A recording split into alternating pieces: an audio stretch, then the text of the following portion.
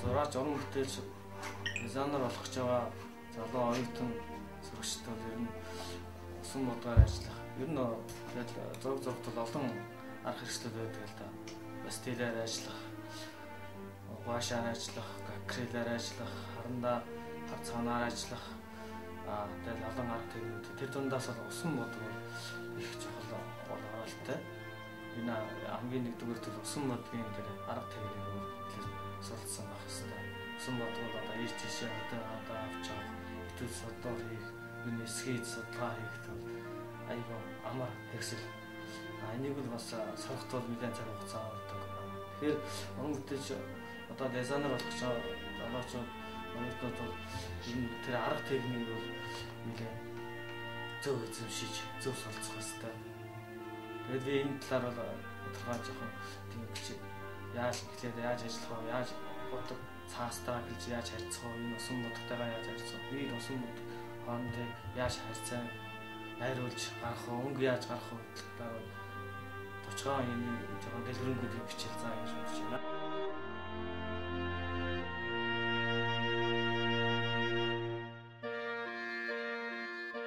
Усан модын ажлыг зурханд усан модын цаас гэж нэрээ. Энэ цаасыг бол ингээд сайхан татаад жишээдэн дээр ингээд сайхан татаад тэгээд энэ цаасан дээр хамгийн нэгдүгээрт нь одоо зохиомж гэж нэрээ. Тэгэхээр зохиомжоо хэцүү болохгүй 1000 гоё зураг хийх байхгүй зураг. Тэгэхээр хамгийн нэгдүгээр зохиомжоо болно цаасан дээр. За одоо ингээд මේ зохиомжийн дээр ингээд яриад болчих. Тэгэхээр гол төрсөө зурх хэрэгтэй. Гол төрсөл одоо энэ цэцэг байна. Энэ цэцгийг ингээд төрслөө. Ер нь л харандаага бол их тоо төрслөхгүй төрсөө. Ер нь жоохон бүдгэх гол юм гаргаад авчаа. Хитрхи тоо төрслөх юм бол энэ юм учраас өнгө тайхад бол бүссэн дүрсэж юм шиг саад болдог. Тийм учраас энэ юу хэрэгтэй. Бүсээ бол өнгөө аштай гаргаж байгаа. Зураг зурхт бол хамгийн нэгдүгээр тул энэ зохиомж энэ дүрсийнхээ хэлбэр формыг бол маш зөв гаргах хэрэгтэй. Тэгээ энэ хоорондын харьцааг бас. За ингээд гол зохиомжиндаа бол би цэцгээ авчаа. Цэцэгтэй байгааг авчаа. Инхэд бол дараа босод туслах төрсөд байгаа. Энэ шилний төрсөн. Энэ шилний төрснөөс гол төрстэйг харьцуулж ирсэн байна. Тэгээ хоорондын төрсний ялгаанууд бол нэг өөр байгаа. Шилэн материал байна, жимс, тэгээд мод, тэгээд навч цэцэг гэсэн олон төрлийн гэсэн байгаа.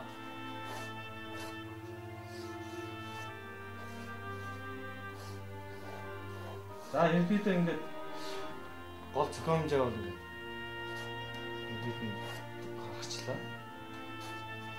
Одоо тослох энэ даавныхаа бас хэцүү болох хэрэгтэй зохиом. За энд дээр бол хар цагаан, цайруу янз бүрийн төстэй даав байсан. За ингээд төсөө авчихсан.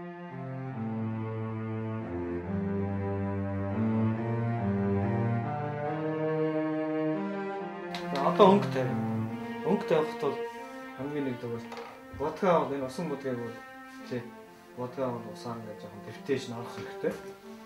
Ингээд дэвтэж нарах. Тэгэхгүй хураагаар нь бол шууд зурх юм бол водканы чинь болгохтой гарахгүй. Яг одоо ингээд сайхан дэвтээ. Энэ усан модыг зурх тул энэ их олон янзын бий шаардна. Янз янзын төрлийн бий шаардна. Тэгээд бол хамгийн нэгдүгээр энэ нэлээд том бэр юм. Дараа нь дон зэргийн бэр. Тэрнээс хараа жижиг бэр ингээд. Тэгээ бүр ингээд нарийн бэр ингээд. Ийм төр янз бүрийн олон төрлийн бэр байдаг. Гэтэ усан модгүй босон модыг одоо бөөрки өстэй хэцөөлөн энэ үсийг бол хэрэмний сүүл одоо гахаан ус гэл янз бүрийн амтныг зөөлөн үсээр ингэж хийдэг. Тэгээ энэ бэрүүдээр одоо харж байгаа сонгож авна. За энэ натюрмортыг зурхт бол одоо миний хувьд дунд зэргийн биерээ зоолох тохиромжтой юм гэж бодож байна. Яг энэ биерээ санаад авчихсан. Усан бодгийг бол эхлээд хамгийн цайраа өмнөөс нь эхэлдэг. Яагаад гэвэл усан бодгол нэг л тавигдана. Энийг айлгын дээрээс нь давхар зурна гэсэн ойлголт байхгүй. За өнгөө тавихын тулд ерөнхийдөө энэ цаасаа жаа зурх гэж байгаа фоно гэж би тавих гэж байна. Энэ фоныг бол тэгэхээр нооргон жоохон чиглэж байгаа. Энэ чиглэж байгаа нь ямар өчтэй гэхээр өнгө тавихад их гоё юм чи зөв найрлан байгаач. Таарч өгдөг гоё. Уус шаанд уусаж тавьж байна. Бүгдийг авах биш гол нь яг зурх гэж байгаа тэр фоныхоо гол хэсгийг авах байна. За энэ фоноос би өнгө тавьлаа. За энэ бид фон бол цайрууд энэ шаагаад тийм ягаав тавьдаг гэж. За одоо цаатын фоны энэ цайрын өмнөөс арай жоохон хүнд өнгө. Тэр хүнд өнгөийг би явах гэж байна. Ингээд хинээсээ цайруугаас авч жоохон өндрээд яваад гэсэн юм бол ирсэн. Тэр усан бодгоос чинь даав яаж авах вэ? Чи ялгаатай. Даавны өнгөийг нь олцоо. Ер нь аль юмны зүйлийг зорж авахтаа бол энэ өөрийнх нь материалыг онцлохыг бол яриад байгаа юм шиг байна. Тэгжээж зөвхөн чинь дуучаа. Тэр хэцээ энэ зүйл чинь хэлбэр таа. Материалыг чанар нэг авч байгаа. Энэ жил 2-3 янзын даваад гэсэн байна. Нэг цайруу даа, нэг бүр мараа ингэ даваад гэсэн. Нэг цавсрын өнгө. Одоо өнгө орсон юм даваад гэсэн. За эгидэ фоно гэдэг нь ердийн өнгөө тавьчлаа. Цэцгийг юу яаж авах вэ? Цэцэн дээр ямар өнгө тавих вэ? Цэцгүүд ердийдээ бол ногоот ногоон өнгө багцсан байгаа. Тэн дээр л нэг гоё санаа цэцэг чачсан улаан өнгөтэй санаа цэцэг байгаа. За цэцэг. За цэцэг зурхтал гэж байна. Мөн л бас цайраа цэцгийнхээ цайраа өмнөөс хэлнэ. Цайраа өнгө гэж байна. За ингээд цайраа өнгө. Ингээд гаргачлаа. Одоо ингээд нэг яаж байгаа. Хүнд өнгө гэж байна. Энэ ногоон дотор шаар ногоон, цайраа бүртэн ногоон, улаан ногоон гэх олон төрлийн ногоон байна. Эхнээс орчсон осоод ногоон өнгө гэдэг дан нэг ногоон өнгө будгаар байдаг тийм. Тэр л их том алдаа байдаг. Орон зур болон энэ усан бодгийн өнгөөр ажиллаж байгаа ерөнхийдөө энэ өнгийг л их гоё ажиж тавих хэрэгтэй. Гол нь зурны гол утга учир үүсэн өнгө байдаг. Дараа өнгө гэлнэ. Одоо энэ дээр ер нь усан бодыг жоохон чигтэй байх нь ажиглах зүгээр. Бүр гатцсан байна ажиллах юм бол бас бодог хоорондоо найрлага нь ихтэй сайн биш. Тэгэхээр ерөөсөө жоохон чигтэй байх нь байсан баг ажиллах хоорондоо байхгүй найрч өгдөг. Сайн цэцгийн биш. Нэлээд дараа хардж байгаа нэмээ сүйдэр таа учраас доошлогдсон байна. Дээшлэгдсэн юм. Энэ зорж байгаа юм чинь цай яаж.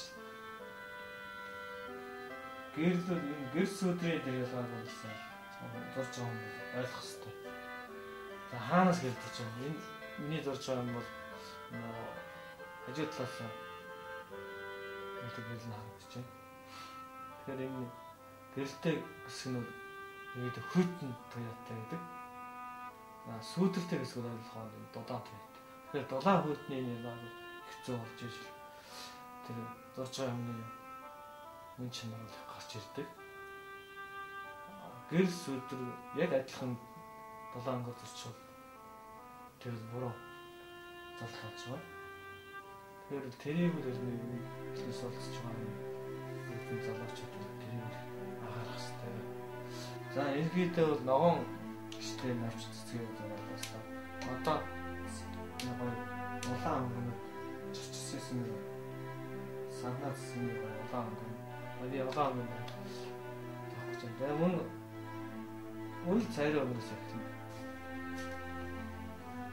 Тэгэхээр улаан ногоон хооронд яаж өсөлтөд зогсож байна? Яаж хоорондоо хошиж харагдаж байна? Ойлгож сайн мэдэрх хэрэгтэй. За энэ цэцний салааны иш бор тийм бор хүрэн ногоон трогтой. За энийг бас юм цэцэгтэйгээ энэ ногоон цэцэгтэйгээ зөв үйлдэл сурахгүй. Ишин бараа харагдаж байгаа бүр хар өнгөөр зурчлаа. Тэгэхээр бол энэ өнгөч юм уу зургандаа авцалдахгүй өөр юм байна гэсэн. Тэгээ зарим одоо сурч байгаа зурагчид энэ зарим өнгөөр бараа өнгөөр шууд хар өнгөтэй байдаг. Хар дотоо хар ногоон бор хөрөн их олон юм зүйл байна. Энэ өнгөийг л зөв мэдэрч байна тийм.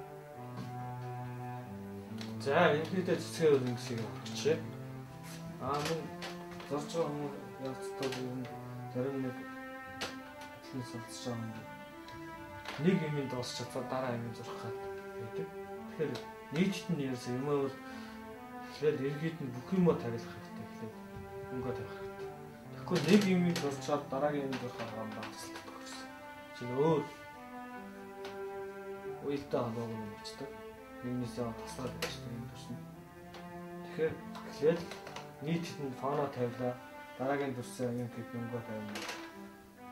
Тэгэхгүй нэг хэсэгэн газрын дуусгачаад дараагийн зураг гэсэн ойлголт байхгүй юм. Тэрийг би маш анхаарах хэрэгтэй.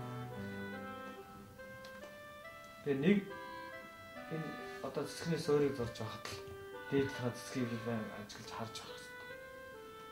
Тэгвэл хоорондоо юм чинь шалаад өөр юм авчдаг. Мөн ажиглахын төрсөө бас анхаарах хэрэгтэй.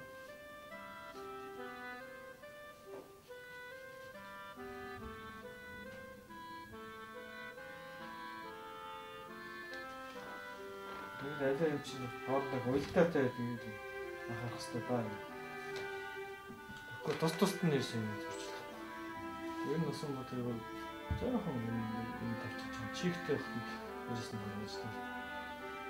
Мотон хоорондоо байхгүй юм хэлчихдэг.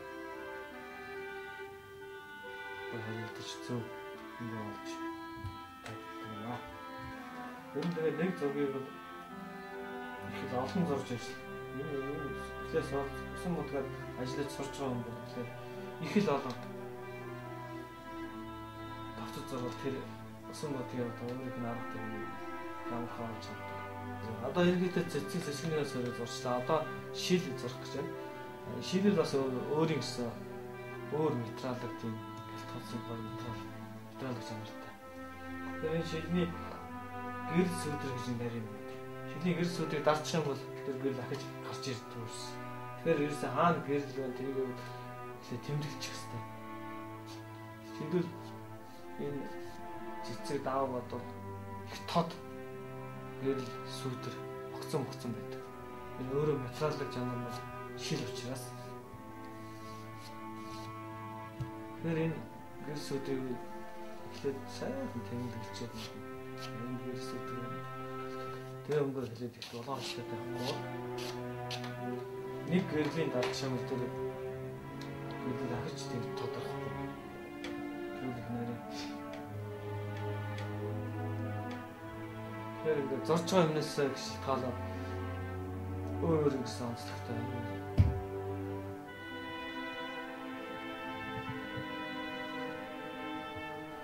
Дараагийн шилжүүлэлт гэрэлтэй тийм цай болсон юм. За энэ шилүүл ногоон шил харагдаад байна. Гэвч ногоон шилэн дотор их олон ногоон байна. Энд зорж явахдаа энэ дүрсээ байн гэдэг харж засаж зорж явах хэрэгтэй. Байн зорж явахдаа энэ дүрс өдөр форм их засаж амжлаад нээсээ зөв. За хэлнийхээ ерөнхий төрсөн тавьчлаа. За одоо би жимс зарыг. Жимсийг бол бас л мөн адилхан цай хүмүүс хэлнэ. Ер нь тэгэл энэ усан бодвол эсвэл усны найрлагыг их зөв олох чухал байдаг. Тэрээ ус нь ихтгэх юм бол усаад байдаг. Дагтвал утган болоод боош шиг ажиллаад байдаг. Тэгэхээр эсвэл усны дээр найрлагыг их зөв өтгөн шингэн нэмэлт их зөв болж тэгвэл цаасан дээр уусахгүй, хоорондоо холилдохгүй хэцүү тавьдаг. За одоо ингээд фонны зарим нэг хэсгүүдийг би дутуу багсан баг. Нэг зөвлөлт нь юмаа ердөө дурсан дараа ингээд сайхан тагж болдог гэсэн үг. За магадгүй нэг хэсгүүд. За одоо ерөнхий одоо фон дээр тавьсан төрсүүдээ гэдэг гаргачлаа. Одоо хамгийн бараа энэ хар даваа. Энэ доо тавсан дээр тавьсан. Энд хар даваа болоо. Ингээд тавьж эхэлнэ. Яагаад гэвэл одоо энэ хар давааг тавихгүй бол бусад өнгөө зураад байвал аавна асуудахгүй болно. Би түрүү бас ярьсан. Энэ хар даваа зурхтаа хүмүүс зарим авиатор ингээд хав харангуй хийгээд байдаг. Хар даваа боловч хоорондоо их олон өнгө байдаг. Сүм модгонд бол нэг бас санах зүйл бол сүм модгийн бичлэл гэж нэг өөрийн гэсэн гоё бичлэлтэй байдаг. Сүм модг. Зүгээр нэг модгийг бодох биш. Бас бичнэ гэж өнгийн гоё бичиж байгаа юм байна. Бас нэг эзэмших тийм тэгэр байгаа юм. Тэр бичлэлтийн тэгрийг одоо их л олон зорж ижтэй тэгрийг бас олж авах суралцах. Өөрийн болгож авах хэрэгтэй. Тэгэхгүй нэг зураг зураад тэр фотоны арга ажиллагаа техникээс за энэ яг энэ шил зурхад нэг их сонирм юм байдаг. Яалх гэдэг юм байдаг. Хаяг яалх гэдэг. А энэ яалхыг анх сурч байгаа юм бүр ингэ байдаг. Тусад нь яалх ингээд зурсаар байтал нөгөө шил нагдахгүй зүгээр яалх харагдав. Тэгэхээр энэ яалх чинь яг ингээ харахад их юу харагдж байгааз зүгээр нэг тустай ингээ тод хандаад байгаа. Яг нэг шилдэг ингээ нийтэд нийтэд нардаа. Тэгэхээр яалх чинь зүгээр нэг тэрүүгээ авдаад яг шилдэг уусцсан цай шагалд өнгөл хавтаж байгаа. А зүгээр яалхын тусад ингээ харахад яг ингээ тустай ингээ тод хандаад байгаа. Тэгэл энэ тус-тусдан зургаад гэж харагдана. Тэгэхээр нийтэд нь ингээ шилтэйгээ ингээ цаад фонтойгоо ингээ нийтэд нь харах юм чинь ялч цаа нэг шилэндээ ингээ уусцсан нэг л юм харагдаж байгаа. Тэгэхээр тэрийг л мэдрэх нь чухал юм да. Усан модгаар юугаар аль ч юм бодгаа зурж байгаа. За одоо зурж байгаа натурмартын маань ерөнхий дүрс өнгө хэлбэрүүл гараад